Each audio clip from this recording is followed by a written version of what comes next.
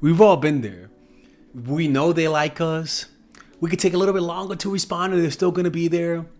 But then one day, all of a sudden, something changes.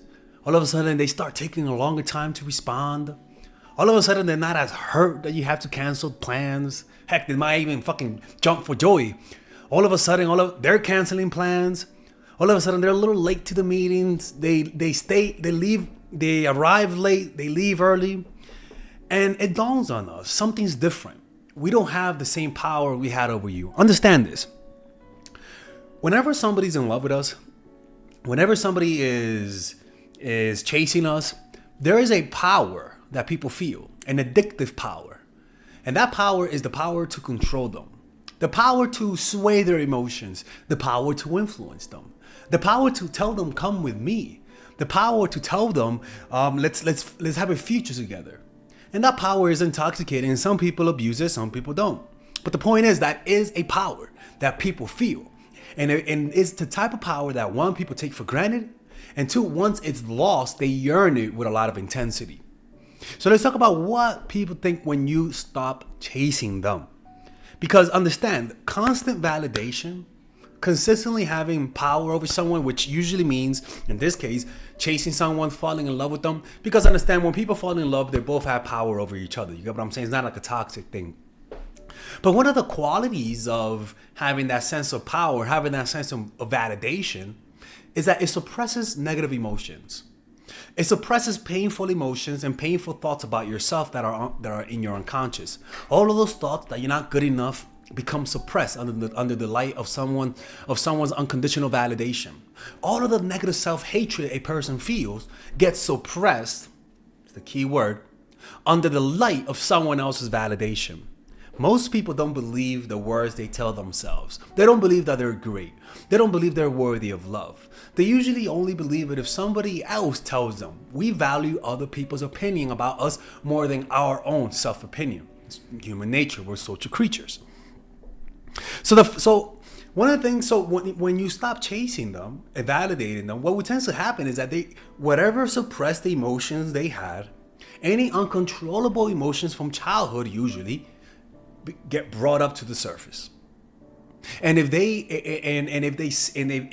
deep down liked you, but because you were consistently validating them, they suppress those feelings and those thoughts and realizations about how they feel about you.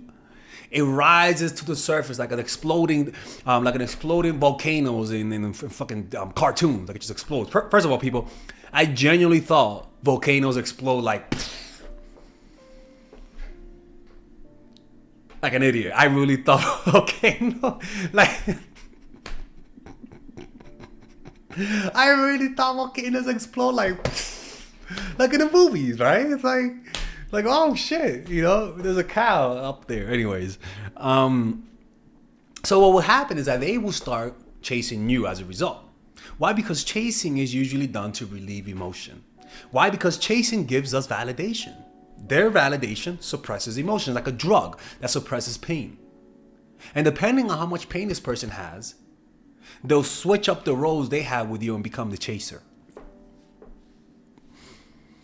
So all of a sudden, they're going to be unhappy. They might lose control. And they'll go back to whatever coping mechanisms they had before you.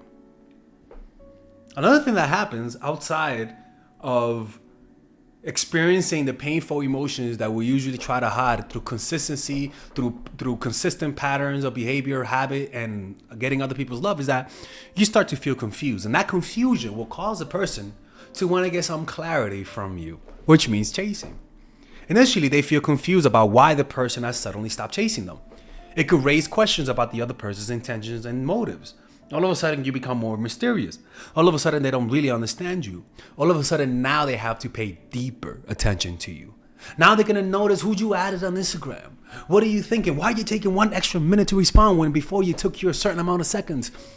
Now all of a sudden, you blink the wrong way. And all of a sudden, they say, why are you blinking that way? Are you blinking because you're fine? You found somebody else? Motherfucker, I'm blinking. Okay, I gotta blink. It's no big. You can't be looking too into it. But when you like someone, when they confuse you with their behavior, when they scramble their patterns, when they stop chasing, when you thought they'll never stop chasing, All of a sudden, now I got to pay more attention to you because now I can't predict you. Right?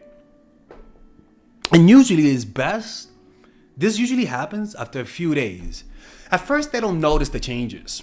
You know, you took a long time today to respond. Okay, but you're always going to be there. But what usually happens is that one day they're taking a shower and it dawns on them.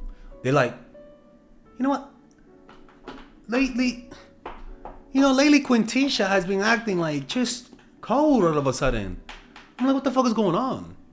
Like, she's usually here twice a week. She has been here all week. Like, is her dog really dead? Or is it bullshit? Like that, especially when it dawns on people, it really hurts. So what will happen? Then they will start testing you. One, depending on the ego, right? But usually they start testing you, right? And they usually test you by chasing. They test you by chasing. They're like, okay, does she really like me? In my case, I was like, does she really like me? Let me do something for her. Let me chase. Let's go. Let's meet up. Let me see if I can get her out. Let me see if I can get her to meet me. So then they start chasing you. They start doing more romantic gestures. They start giving you gifts, taking you to the best place to eat, making you that gift, telling you what you want to hear, just to see whether or not you could go back to your good old-fashioned behavior. And once they sense that maybe it was temporary, two things might happen. If they really like you, that behavior that they're doing now of chasing you will continue. If they don't like you, or if this is just an ego boost, they'll behave that way for a short time and then go back to their bullshit behavior. Right? Emotions they felt about you becomes felt when you stop chasing. That's another thing. Again, like I said, too much validation suppresses emotions from consciousness. When you validate people too much, their body's gonna know that they like you because their body reacts to you, but the mind is not gonna register it. Your cortex is not gonna register it. So it requires an absence, a pulling away, a sense of separation, an inevitable doom of the relationship for them to, for their body to give an alert signal to their conscious mind to realize they want you, to realize they like you. Because, you know, when you consistently validate someone, it creates a disconnection between their bodies and their minds. In other words, it separates them from reality. The reality of how they feel about you. The reality that you really matter to them. But because you're consistently on the offensive, never giving people space to breathe or chase, those things never come to consciousness. To make it come to consciousness, pull away from them. Let them chase. And their brain will tell them what matters to them. Why? Because at the moment of death, before we die, the brain will put in our minds, in our face, what's most important. Your kids, your family, your friends, this, that. It's not going to show you the little things that didn't matter, like a taxi cab that robbed you that one time in Mexico City. Right? It's not going to bring that up. It's just going to show you what matters. In other words, your conscious mind might not know what matters. Or maybe you're in a mindset where you want validation from people. Maybe you want money, right? And maybe your body doesn't want that, but your ego wants that. When you are confronted with reality, your body by force forces you to see what matters. Your family, your health, your friends. All of the egoic thing at the face of death goes away because the ego can never come. The ego can never be in front of death. It usually just takes a back seat temporarily. And so what happens is that your unconscious emerges and tells you what matters. And this is a metaphor of death. Stopping chasing, not responding, acting hot and cold all of a sudden. Those are all metaphoric deaths that the body reacts in a similar way, where it'll push into your consciousness what matters. And in this case, might be you. And that usually happens when people pull away, when you stop chasing. Now, what tends to happen sometimes is that the person gets relieved. You're too freaking crazy. You got too much psycho energy, the creepy vibes. You talk too much with your hunch like that. And then, hey, how's it going? Like you give too much creepy vibes. And so what tends to happen is that sometimes people feel relief. If they feel relief at the fact that you're not chasing, you got to look at yourself in the mirror. You're doing something wrong. You're not paying attention to them. You're not sensing them wanting some space. You're too in your head, like I said. Another thing is that all of a sudden you look more attractive. All of a sudden they want to be around you. All of a sudden, you seem to have more of an edge. You seem more interesting. All of a sudden, they want to text you more. All of a sudden, there's a warmness to your presence. People, as crazy as it sounds, always being in the pursuit and never taking a step back and not doing anything, it would literally make you uglier. If you stop chasing, all of a sudden you lost weight. All of a sudden you went to Dr. Oz and got some plastic surgery. All of a sudden, Lord, you did some jumping jacks. All of a sudden you got some skin fucking foliate or whatever you call that. Not chasing gives you a halo effect, especially when you came from a perspective of you were always chasing. Because it ruins the vibe, man. Over pursuing someone ruins your vibe. It makes you look desperate. People don't like desperate people. They just don't. They give us a bad feeling, a bad vibe. This tends to divorce you from reality when you're not really paying attention to people. And sometimes this is important. Sometimes people feel relief. They're like, oh, thank God I could breathe. Jesus Christ, this chick is crazy. A few days go by. That happened to me, right? Boy, this girl, this beautiful Georgian girl, Jesus Christ. One of my first girls I dated when I was younger. And when she was with me, my God, she just didn't give me space. I'm like, bitch, let me breathe. I said in my mind, because I didn't want to tell her that. I felt bad. And so the whole 2 weeks she was with me, and I'm like thinking of the clock. I'm like, yo, when is this Monday coming? Jesus Christ. And she left. I remember feeling relief. I remember just like taking a shower and I'm like, oh, thank God this girl's not here no more. Jesus Christ. And then a few weeks later, all of a sudden, I start noticing that this guy is all of a sudden liking her photos and commenting, and she's responding. All of a sudden, all of those feelings that I had of like, thank God this chick left, went away. What it revealed to me is that I liked her, and I just needed space to recover. Like recovering from a workout or recovering from something. I needed space. You were too much for me. And because of that, once I got the space, then I was able to feel what I felt about her, which was I liked her, right? So you felt relief. For some people, may feel relief and never feel that desire for you, even if you wait. You know? It's always, look, I always say, man, you could chase, like I'm a guy, I'll chase a girl, right? Like I'll chase a girl. But if she is not giving me the same energy back, I'm gonna stop chasing.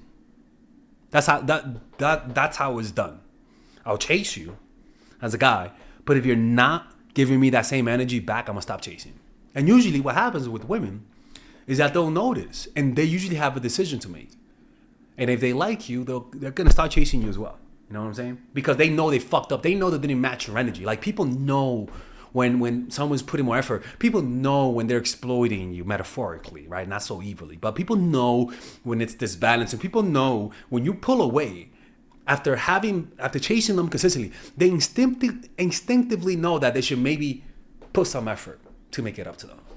That's how that works, people. And if they don't realize that, then that means they don't give a fuck about you, and you're annoying them, and you need to leave them. All right. Anyways, hopefully you guys enjoyed this video. If you guys want to work with me one-on-one, go to mindfulattraction.org, and I'll see you guys later. Bye-bye.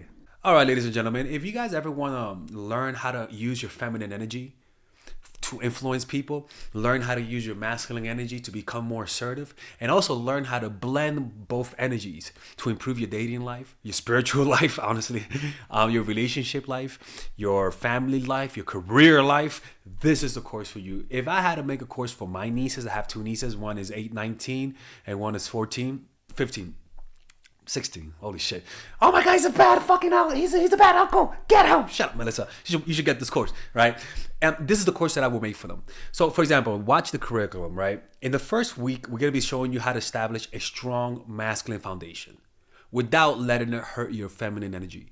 This masculine foundation is a source of who you are, right? It's your bodyguard. Without this, whatever feminine energy you create will be destroyed by the outside, because your masculine is your shield. So we'll talk about goal setting. We'll talk about how to develop a serious attitude. We're going to be talking about how to use more logic, how to use more goal-oriented behavior. It's more how to be a man. Now the next one is how to embrace the feminine energy, right? This one will teach you about how to minimize excessive masculine traits, developing self-awareness, healing abundant feminine energy, regulating your emotion, mastering voice qualities and facial expressions, surrendering control, and allowing pain to be felt. This is honestly, this will supercharge, like Kaioken, your masculine energy. After that, we have femininity in the workplace and how to be feminine in the workplace without letting people take advantage of you, and the nuances of how women of power should behave versus women who are subordinates in the workplace, and even the dress code. This is based on psychology, people. It's kind of insane. I'm actually excited about this one. The next week, we talk about navigating the labyrinth of male and female friendship. And this, a lot of women find confusing, so we talk about that. And how to identify envious friends, how to identify the good friends, how to keep male friends, and how to keep female friends. Week 5, we talk about how to release the burden of the past and stop and destroy mental projections. This is actually really powerful. And then week 6, we talk about how to increase your observational power so that you could read people better. And we have a bunch of bonuses. The course starts at $99, and you guys can pre-order the course today at $69 before it goes out. If you're watching this, most likely I'm in the meditation retreat, so most likely I will be praying for all of you guys. And just click on the description down below of the video. Right there, you'll see it, and you could pre-order that course. It's gonna be out by the end of next month or the beginning of February of March. One of the two, people, because I have a 10-day retreat to do, and I want to finish the course after the retreat, because I think the ideas are gonna be so much better. All right, man. I'll see you guys later. Pre-order, man. I'm closing the channel.